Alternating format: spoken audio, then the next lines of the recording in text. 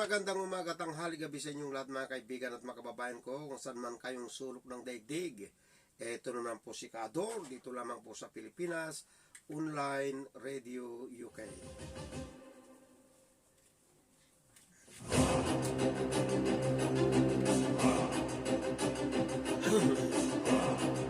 Bago ang lahat mga kaibigan, bago ko pagpapatuloy ang aking programang Boses ng Bayan, ay gusto ko munang batiin po yung mga magagaling nating mga kababayan, lalong-lalo na mga kaibigan at mga kababayan ko yung mga tumutulong na kahit wala pa sila sa poder ng mga opisyales, ay talagang sila ay tumutulong sa ating mga kapwa, lalong-lalo na mga kaibigan, yung talagang nangangailangan. Ang gusto ko lamang po batiin dito sa aking programa ay kung sino po yung mga nakikitaan natin, kung sino yung mga nagbibigay ayuda tungkol dito sa mga pangangailangan ng ating mga kaibigan at mga kababayan na mahihirap yan sa ating bansa. Binabati ko unang-una dito, ito si Sir Francis Leo Marcos, na kung saan po mga kaibigan at mga kababayan ko, talaga namang ipinapakita niya na kahit na sinasabihan siya ng mayabang, pero siya naman ay naibibigay niya yung kanyang kayabangan. Dito bilib na bilib ako dito sa mga mayabang na kagaya ni Francis Marcos. Mga kaibigan, kung tutunghayan natin ang mga tunay na pangyayari dyan sa ating bansa mga kaibigan, nakikitaan natin ng mga kagaya nito si Marcos na kung paano magbigay ng mga tulong sa ating mga kababayan na mga naghihikahos, lalong-lalo na mga kaibigan ko, yung mga mahihirap nating mga kapwa nating Pilipino. Binabati kita, Mr. Marcos, kung saan ka man sulok ng daigdig. Ikaw na. Ikaw yung nakitaan ko, ibang klase kang tao talaga. Eto'y hangang-hanga ho ako sa inyo. Idulong-idulo ko kayo. Sapagkat kayo po ay nakakatulong sa ating mga kababayan na nangangailangan. Kayo po yung talagang, kung may nagsasabi na hulog ng langit, kayo na ho siguro. Kayo ho yung ibinigay ng ating Panginoon kung paano kayo makatulong sa mga kapwa nating mahihirap, at talaga naman ipinakita ninyo kung anong linis ng inyong kalooban tungkol dyan sa pagtulong ninyo, at masarap tignan. Talagang aking puso, hindi ko maintindihan ang puso ko kung bakit nakakita ako ng kagaya ninyo at nakikitaan ko, nire-research ko kayo kung gaano kayo nakakatulong, at talaga naman sa aking kalooban, kayo na po ang pinakamabuting lalaki sa buong mundo sa nakikita ko. Diyan sa ating bansa, kayo na. Dahil kayo lamang po yung nakitaan ko ng ganito. Dahil ang nakitaan ko kung paano kayo makatulong, talaga namang milyon-milyon na halaga ang inyong mga talagang ipinamimigay sa ating kapwa nating Pilipino. Maraming salamat sa iyo, Sir Francis Leo Marcos. Mabuhay ka, Sir. Ang Panginoong Diyos ay nasa sa iyo. Yan mga kaibigan, dapat tularan yan yung mga mayayaman.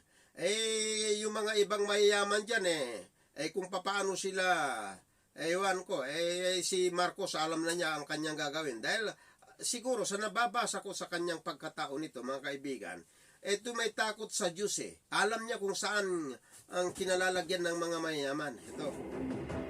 Ito binabago niya. Alam po ninyo mga kaibigan, meron kasing nakasulat sa Biblia na mas madali pang pumasok ang kamilyo sa butas ng karayom kaysa sa mga mayayaman. Yan ang sinasabi. Dito medyo medyo sabaga. Ito si Mr. Marcos ay talaga namang mayaman. Hindi naman siguro mayaman na mayaman, dahil napakayaman niya. Papasok ka na sa butas ng karayom, Mr. Francis Marcos. Sir, kayo lang ho siguro ng mayaman na makakapasok sa butas kung saan hinutulad ng ating Panginoon Diyos tungkol sa mga mayayaman. Sir, saludo ako sa iyo. Ikaw lang ang papasok doon sa karayom na sinasabi ng ating Panginoon Diyos. Ikaw lang ang mayaman na ganun, sir. Saludo ako sa iyo. Sige, kayong mga mayayaman na kung gusto niyo ding pumasok dun sa butas ng karayom, sige, gayahin ninyo. Ito si Francis Leo Marcos. Yan na.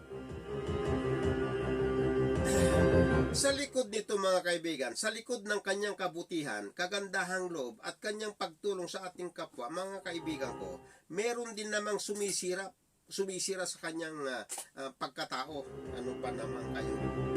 Tignan po ninyo ang mga Pilipino. Alam po ninyo kung minsan mga kaibigan at mga kababayan ko, hindi ko maintindihan na kagaya na lang ho itong matanda na ito. Hindi ko naman alam na ang pangalan, hindi ko naman na i-mention. Alam naman na ninyo. Dahil sa pamamagitan ng social media, mga kaibigan at mga kababayan ko, nababasa natin kung anong klaseng tao na mayroon tayo dyan sa ating bansa. Ayan, maraming salamat sa wifi na yan.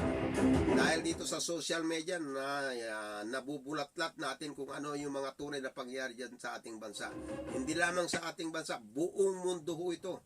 Kaya, saludo rin ako sa social media kung ano man, sino man ang nag-imbento, talagang anak ka rin ng Diyos. Oh.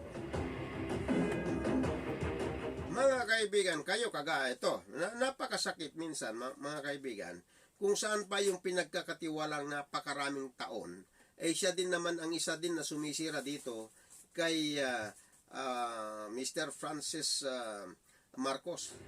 Sus Mario. Ito, tiga media, tiga TV, malaking network. Ikaw talaga, Arnold Clavio, tinitira mo itong tao na nakikita mo kung gaano niya tinutulungan ng ating mga kababayan. Bakit ka nagkakaganon, sir? Sa bagay, merong tumawag sa akin dito. Basta Arnold Clavio, pagka sinabi daw Marcos, galit ka, bakit ga? Ano bang nangyari sa iyo, Mr. Arnold Clavio? Dahil lang doon sa pagka-Marcos ni Francis, medyo mukhang naggagalaiti ka. Bakit? Ayaw mo ba na makikita mo na ang puso ng mga Marcoses ay napakabuti? Hindi ka talaga makakakita ng mga kagaya ni Marcos, kagaya ng Ferdinand Edralin Marcos. Hindi ka talaga makakakita yung dating naging presidente na pinakamabuti, pinakamagaling, pinakamatalino na presidente dyan sa ating bansa. Walang iba kundi ito si Ferdinand Edralin Marcos. Tiga-UP ito. Ngayon, nabanggit ko itong UP. Mga kaibigan, nung kapanahunan ng ating Ferdinand Edralin Marcos, ay ipinagmamalaki natin ang UP. Eto, palibasay, si Marcos, mga kaibigan, siya lamang ang tanging naging presidente dyan sa ating bansa na napakataas ang score niya, ang average niya, bilang siya ay naging top notcher siya sa bar exam nung kapanahunan niya. Dahil UP, umangat ang kredibilidad ng UP nung kapanahunan niya. Kaya nung mga panahon na yan, mga kaibigan, nagumpisa dyan nung kapanahonan ni Marcos, nahinto lamang ang hindi na magandang tanawin dyan sa UP na yan, nung dumating na ang mga dilawan na yan. Makita po ninyo, nung mga kapanahonan na yan, ano bang ginawa kasi ng mga estudyante dyan? Ganun pa man mga kaibigan, ito ang patunay. 2017, yun ang sinasabi ko. Wala man lang ni isa, nakatatapos lang na naman ang bar exam ng abogado. Makita ninyo, dyan sa UP, kayong mga tiga-UP, ito ang nagiging resulta. 2017, wala man lang naging top notcher dyan. Sa 10, wala. Why? Ito na naman, last, ito, 2020, na lumabas na naman. Wala na namang kulelat, nga kayo talaga. Dahil lamang doon sa inyong mga pangarap na sirain ang mga administrasyon natin. At hindi lamang yun. Wala na kayong ginawang mga estudyante dyan sa UP, kundi kayo ay manggulo. Gagawa ng katarantaduan dyan sa ating bansa. At tignan ninyo ngayon kung ano ang naging resulta. Kayo nagiging bobo. Mga bobo na kayo dyan sa UP ngayon. Nakakabuisit kayo. Mga tiga-UP. Talaga namang lahat kayo ngayon na nandiyan ngayon, na sumasali-sali dyan sa rally na yon, ngayon tignan ninyo kung anong ginagawa ninyo. Tignan ninyo kung anong naging resulta sa paggagawa ninyo. Di wala kayo, nga kayo dyan ngayon, dyan sa bar exam na yan. Nakakahiya na kayo dyan. Wala nang kredibilidad ng mga tiga-UP. Hindi kagaya nung unang panahon na talaga naman ipinagmamalaki natin ang mga taga-UP ng mga panahon. Kagaya nila Miriam Defensor, yan. Ayan ang mga tunay. Yan ang mga tao na dapat na pinagmamalaki yung mga magagaling na yun. Pero ngayon, wala na, puro nga, mga tarantado na, pasensya na, hindi na ayaw ko nang magmura eh. Kayong mga tiga-UP, lalo na ng mga estudyante, bumago na kayo. Walang may ibibigay, walang maidudulot na mabuti sa inyo yung ginagawa ninyo na pumupunta sa labas na yan, pumupunta sa kalsada upang magrally, upang sumira ng tao na hindi naman ninyo alam na yung sinisira ninyo ay yun naman ang pinakamabuti. Mga kaibigan, kung tutunghayan na natin ngayon, ito, naiisip ko ngayon, ito si Commissioner dito sa Comelec, ito si Guanzon na tiga-UP, na noon gusto niya daw makipagdebate, pero ang gusto niya lang UP. Binabalik ko lamang po yung sinasabi ko noon, na siya ay gusto makipagdebate tungkol dyan sa pagkamatay ng retired na sundalo, na gusto niya makipagdebate na kinakailangan murder ang mga maisasagot doon. Ay walas tika na. Ang gusto pa niyang kadebate, mga tiga-UP lang at tiga-Ateneo. Ano ngayon ang kabaligtad, ano ngayon ang gusto mong malaman ngayon yan sa mga tiga-UP, mga bobo naman na. Ay, sus Mariusep talaga. Hindi ako magtataka na may mga nag-aaral ngayon yan sa UP na puro mga sutil. Kung tutunghayan ninyo mga kaibigan kung ano mga nangyayari dyan sa UP, lahat ng mga estudyante nandyan, hindi naman lahat, hindi ko naman nila lahat yan. May mga estudyante dyan na talaga namang ang hangarin kung paano nila sirain yung mga nasa administrasyon. Naalaala ko yan, ito si Ferdinand Edralin Marcos. Ito, lumalabas na ngayon. Mga kaibigan, maya-maya lamang, meron akong babalikan. At maya, lilipat tayo ng paksa.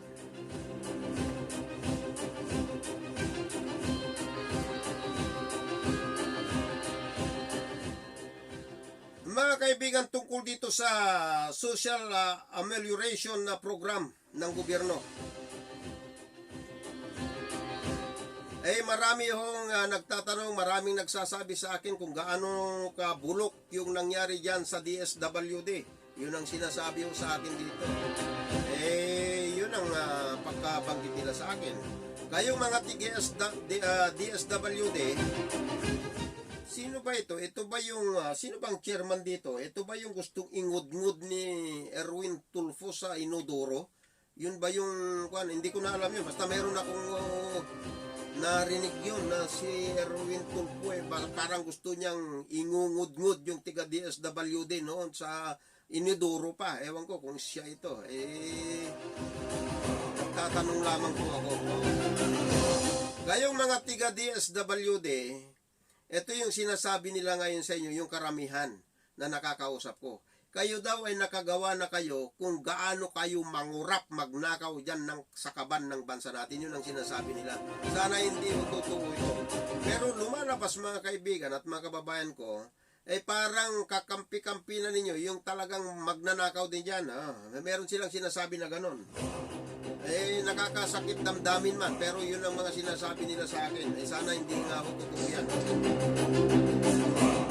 Ganon din naman mga kaibigan at mga kababayan ko, meron pa tayong isa pa na sinasabi nila dyan sa ano ba ito? Yung DSWD. Sana po talaga namang ayusin ninyong mabuti dahil napakarami ho ang hindi nabibigyan ng tamang bibigyan.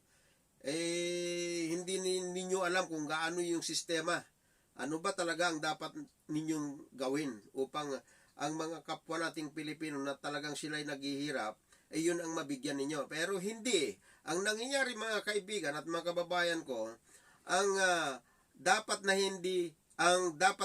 hindi bigyan, yun ang nabibigyan. Yun ang mga sinasabi nila sa akin. Meron pa ho dyan talaga na palibasa hindi siya nakakapagsulat ng kanyang pangalan, wala na rin siyang pangalan dyan sa DSWD. Yun ay napakahirap na tao, hindi na rin nabibigyan. Anong klase ang sistema ninyo dyan sa DSWD? Ito basta pera ang pinag-uusapan. Talagang hindi na ninyo alam kung ano at sino ang dapat na namumuno dyan. Alam po ninyo mga kaibigan, ito yung nakikita ko. Kasi sa nakikita ko dyan sa mga pagbibigay ninyo ng ayuda sa ating mga kababayan at kung sino yung gumawa ng sistema dyan, ang palagay ko dyan hindi galing sa mahirap yan. Kaya hindi niya nalalaman kung ano ang damdamin ang mahirap. Kaya kinakailangan sana mga kaibigan at mga kababayan ko, ang gumawa ng sistema tungkol dyan sa mga bagay-bagay, pagdating dyan sa mahihirap, kahirapan, kinakailangan yung galing din sa mahirap, ang dapat namumuno rin dyan, hindi yung mga mayaman. Kasi ang mga mayaman talaga naman, puro kayamanan lang yung pinag-uusapan. Ang mga mahihirap mga kaibigan at mga kababayan ko, sila yung nakakapagbigay ng magandang loob sa kapwa nating Pilipino. Kung titignan ninyo, tignan po ninyo mga kaibigan, ito si Senator Pacquiao, kung makikita ho ninyo yung kanyang kalooban kung paano siya magtulong sa kapwa nating mahihirap, ganun lang. Sana siya na lamang yung nabigyan ng pagkakataon upang siya ang mamuno dyan sa kung paano ang sistema. Siya na lang sana ang nagturo sa inyo kung paano ang sistema. Kasi alam niya kung saan yung mga mahihirap na parte kayo ang ginagawa na ho ninyo dyan kung sino na lang yung gusto ninyo, lalong-lalo na yung mga opisyalis natin, kung sino na lang yung mga kamag-anakan, mga kaibigan, yun na lang daw ang mga binibigyan. Yan ang mga sinasabi. Talagang tayo mga kaibigan ko, talagang hindi natin talaga naiiwasan na yung mga ganyan na pangyari, lalong-lalo na yung mga opisyalis natin na sila ang puno, dulo ng mga kaguluhan na dyan sa ating bansa. Mga kaibigan, kung tutunghan natin ang mga pangyari yan sa ating bansa, napakahirap. Lalong-lalo na, tignan po ninyo, ito yung COVID-19 na yan, titignan ninyo. Ito pang masakit. Ang binibigyan ninyo, ito, yung mga taong may trabaho na hindi na nakapagtrabaho. Paano yung talagang walang trabaho? Ba't hindi nyo binibigyan yung talagang walang trabaho? Yun ang masakit daw doon. Ang may nagsasabi ngayon ho dito sa akin, na yun daw hindi pwedeng sumulat, marunong sumulat. Siyempre, hindi siya marunong sumulat Hindi niya maibibigay ngayon yung pangalan niya doon sa mga listahan ng mga DSWD o kaya doon sa mga kapitan, mga ganon. Wala na. Hindi na nabigyan, pero siya yung dapat nabigyan ng yung programa na yan. Wala na. Kaya, Mr. President, kami po ay nakikiusap o kaya kami po ay nagtatanong, pwede po ba na medyo bigyan nila muna yung kaisipan, yung sistema, kung paano ba pagdidistribute yung mga inyong ayuda sa ating mga mahihirap nating kapwa nating Pilipino, sir. Oo. Ang tignan ninyo, ang ganda ng kalooban ng ating Pangulo. Tanging dyan lang sa ating bansa ngayon, yung parang, sige, bigyan natin ng mga cash na itong mga ito. Dito sa London, puro ang binibigay lang dyan, puro mga mga pagkain lang. Pumunta ka dyan sa pinto mo, merong mga ayuda nila yan, pero yan, mga pagkain lang, mga tinapay, gatas, ganun-ganun lang. Ang Pangulo natin talagang bibigyan kayo ng pera, napakagandang kalooban yan. Maraming salamat sa iyo, Mr. President, hindi nagkamali ang mga tao na bumuto sa inyo bilang ikaw ay naging presidente dyan sa ating bansa.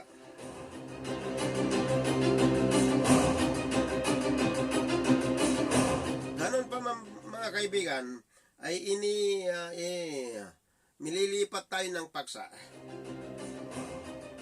Meron mga kaibigan, napakinggan ko dyan sa social media na nagtapat na siya daw yung tao na ito, hindi ko naman na pinapangalanan itong tao na ito.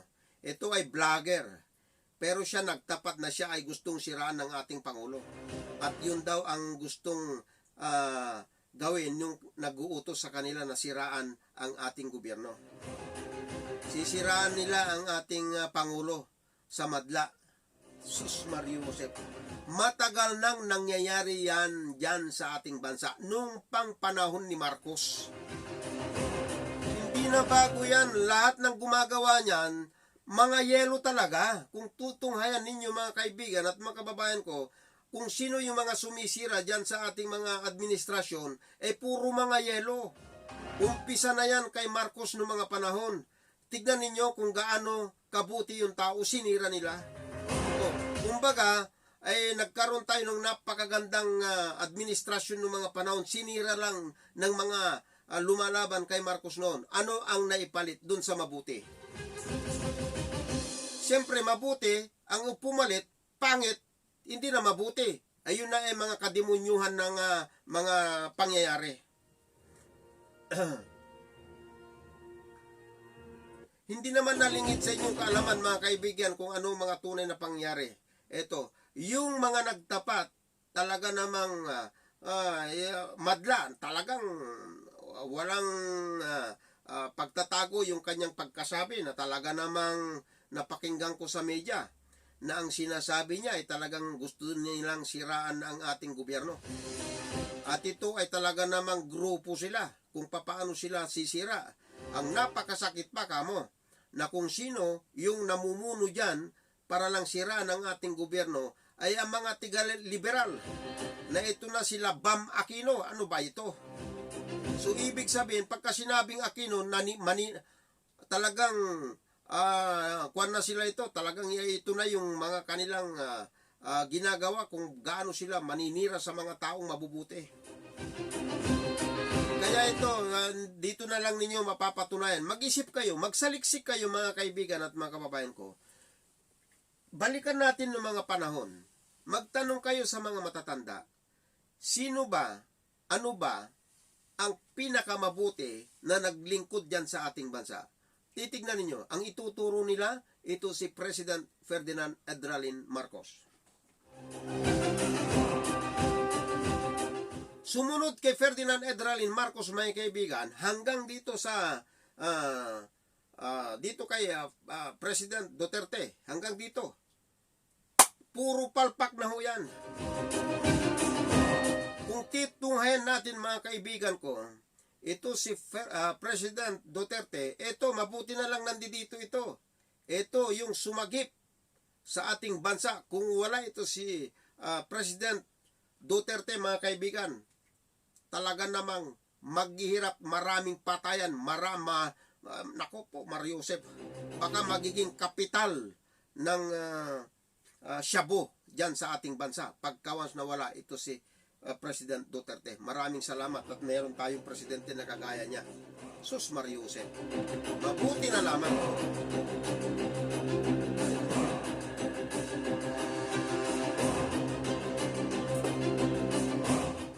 Kaibigan, siya nga pala meron kasi ditong meron tumawag sa akin nung isang araw, magkaibigan kami. Putulin ko lang, kuwan ko lang ng paksa ko, mga kaibigan, gusto kong bigyan ng pansin ito. Naghahanapan din kami ito ng napakatagal. Yung kaibigan ko, magmula nung kami high school. Nung panahon ho, may kwento ko lang, naghihiraman ho kami ng bisikleta ng mga kapanahon. Mga ano ba yon? Anong year ba yan? Ito binabati ko ito si Edwin Tasipit. Ito ang father niya ay pastor namin noon sa Methodist. Edwin Tasipit, nagkausap po kami ng 2 beses na. Mga 4 na araw na ho kaming nagkita. Ay binabati kita Edwin Tasipit ng magandang gabi dyan. Gabi ngayon dyan sa atin. Ay nasa Pilipinas siya ngayon. Siya pala yung nagpunta na. Galing na rin siya dito sa London ng 3 times pala. Hindi lang kami nagkita. Binabati kita gaya. Ganun talaga. Yung mga hindi mo nakikita ng napakaraming taon. Ilang taon na yun? Siguro mga mahigit 40 na taon na hindi na kami nakikita. Nakita na kami.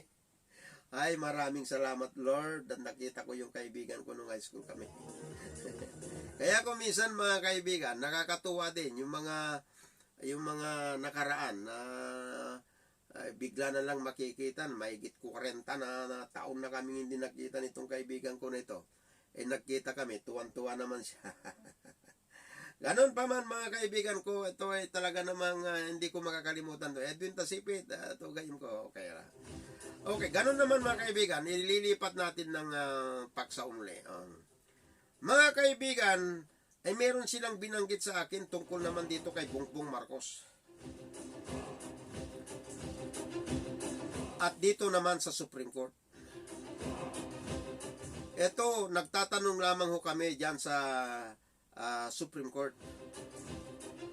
Meron ho kaming nakausap kasi, sana hindi totoo ito.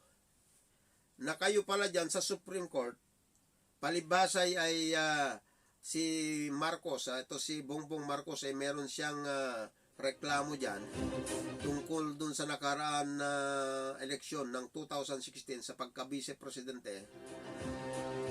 Hindi naman nalingid sa ating kaalaman sa lahat sa buong mundo. Meron ho lumalabas ho dito na nagsabi na ang Supreme Court daw talagang hindi pa upuin si Bongbong Marcos. Ayun, mabuti na lamang, ewan ko kung totoo ito. Kasi pinagkakaisahan pala dyan. Sana po, wag ninyong gawin yan dahil napakarami yung Pilipino na nagtatanong.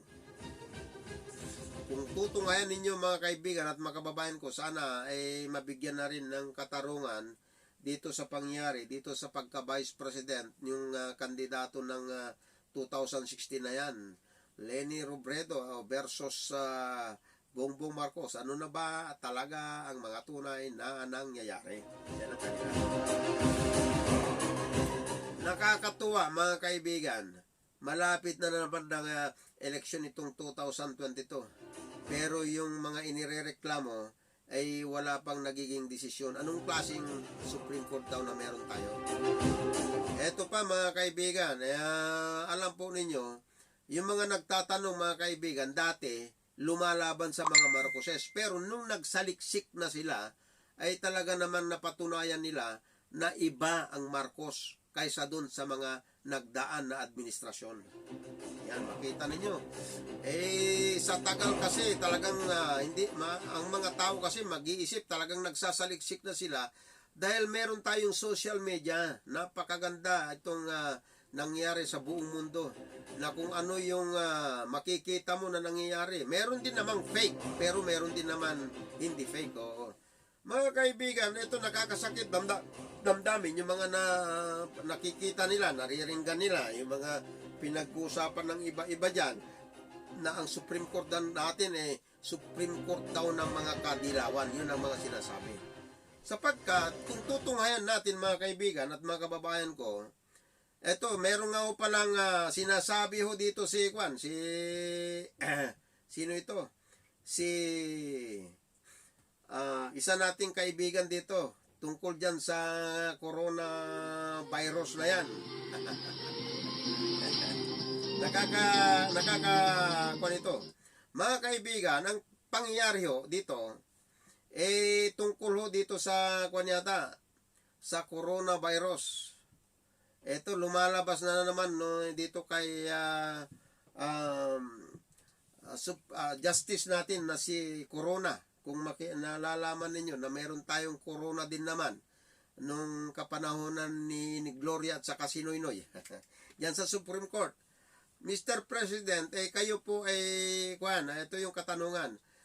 Kayo po ay nagbabayad sa mga scientifico kung sino yung pwedeng tuklas kung ano yung gamot ng coronavirus na ito, ay bibigyan ninyo ng 30 milyon yata. Ngayon, ang tanong ngayon dito sa ating mga kababayan na nagsasaliksik, ito si Corona, nung tinanggal nila dyan sa Supreme Court, ay napakalaki ang bayad. Biro ho ninyo, bawat congressman 50 milyon. Pagkatapos ito sila Cayetano, may kulang-kulang na 100 milyon. Talaga, Mr. President, kung tutunghayan ho natin, lahat na nagiging congressman at saka senador ay tumanggap ng milyon-milyon, 50 milyon sa kabuuan mga kaibigan, na naipamigay ni Noynoy ng mga kapanahonan niyan ay 1.2 billion para lang matanggal si Corona. Pero ninyo yung dap-dap na idinaan sa dap-dap na yan, makita ko ninyo, mga kaibigan, pagkawas na natin, ibalikan natin, magsaliksik. Magtulungan tayo magsaliksik kung ano talaga ang mga tunay na pangyayari yan sa ating bansa. Talagang masasaktan ka Pagkawas na natuklasan mo kung anong nangyayari, nasasaktan ka Biro mo, nagbayad sila ng 1.2 billion para lang matanggal ang corona na yan dyan sa Supreme Court. Mr. President, wala sa kalingkingan. Kumbaga, yung ibinabayad ninyo na 30 million lamang dyan sa makatuklas, mababa daw, Mr. President. Nagtatanong lamang ho sila. Mario Joseph talaga, Ayan, lumalabas na naman yung mga nagiging hindi maganda na tanawin dyan kay Noynoy. Kayong talagang mag-ina talaga, Nung mga panahon kung ilang daang bilyon ang inutang niya nung kapanahonan ng nanay mo. Pagkatapos nung sumunod naman ito si Ramos, na trillion din naman ang inutang niya. Pagkatapos nung dumating ka naman, Noynoy, 2 trillion din yata, kaya maabot na lang 3 trillion. Lumalabas pagkawas na ikaw ay magsaliksik kung ano ang mga tunay na pangyari nung kapanahonan ninyo, napakasakit isipin. Ayan, yan ang mga sinasabi. Napakalalaki ang mga hindi ninyo ibinigay sa ating kapwa dahil sa pagkaserbisyo ninyo sa ating mga kababayan. Mahirap.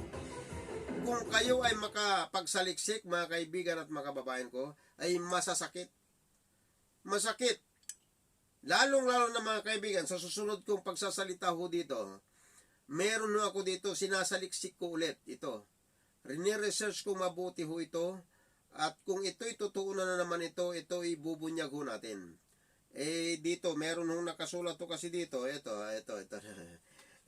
Meron silang sinasabi ho dito, ayaw kong banggitin muna dito. Okay. Sa pamamagitan po ng social media, napakarami nating natutuklasan kung ano ang mga tunay na pangyayari dyan sa ating bansa noon at ngayon. At pagkawas na gusto ninyong tumuklas, lalong-lalo na yung mga hindi kanais-nais, makikita lalong-lalo na yung mga estudyante natin sa UP, nakikita na rin natin kung anong dahilan, kung bakit sila hindi nakakapasa-pasaan Meron ho dyan, Kayong mga tiga-UP, ito lang ang aking may papayo dyan sa inyo. Dahil kayo ay mga estudyante at binabayaran ng inyong tuition ng mga Pilipino, pagbutihin ninyo para ninyo ng awa, para yung mga magulang naman ninyo mawala man sila sa mundo, masaya sila para sa inyo kung mabuti ang inyong gawain. Kayo naman, mag-aral kayong mabuti, huwag kayong sumunod sa mga taong demonyo ang kaisipan. Mag-isip kayo, kaya nga kayo estudyante at magagaling kayo, alamin ninyo kung ano ang buong katotohanan, at kung hindi natutuo at hindi maganda ang binibigay nila sa inyo na paghihimo, kaya wag na kayong sumama sa kanila. Mag-aral na lang kayong mabuti. Kung anong mabuti, doon kayo. Kung anong masama, lisanin ninyo yan. Ganyan lamang po ang maihatid ko sa ating mga kabataan dyan sa UP. Mag-aral kayong mabuti. Kayong mga tiga-UP. Ayan, Nagpapasalamat nga ako at mabuti na lang ang mga anak ko. Naku, Diyos ko, mababanggit ko na naman, Sa susunod na panahon, mga kaibigan, pagkawas na hindi kayo bumago, mga kabataan, masisira lamang ang inyong kinabukasan. Huwag naman ganun. Hindi ba? Masakit di ba? Kaya lagi kayong mag-isip yung kaputihan ng inyong magulang, lalong-lalo na ang inyong kinabukasan. Ayan. Ganun pa man mga kaibigan, marami pa tayo dapat pag-usapan, kaya lamang po meron tayong oras na kinakailangan sundan. Sa susunod po, ito po si Kaador, dito lamang sa Pilipinas Online Radio, sa pamamagitan po ng Boses ng Bayan. Nagpapaalam na naman po tayo sa susunod po. Meron po tayong ibang paksa sa susunod. At makikitaan natin kung ano itong paksa na ito. Kasi marami ho nito baka meron ho akong kakausapin. Dapat meron akong kausap ngayon, kaya lang hindi ko muna tinatanggap yung tawag dahil sa susunod na lang na episode, ito, mga 1-2 araw magmula ngayon, magkita-kita muli tayo. Bayan po ninyo, magkabalitaan tayo lagi-lagi. Maraming salamat sa inyo kung saan man kayong sulok ng daigdig, mga kababayan ko. Mahal na mahal ko kayong lahat ng mga kababayan ko kung saan man kayong sulok ng daigdig. Ito si Kaador, dito lamang po sa Pilipinas Online Radio UK.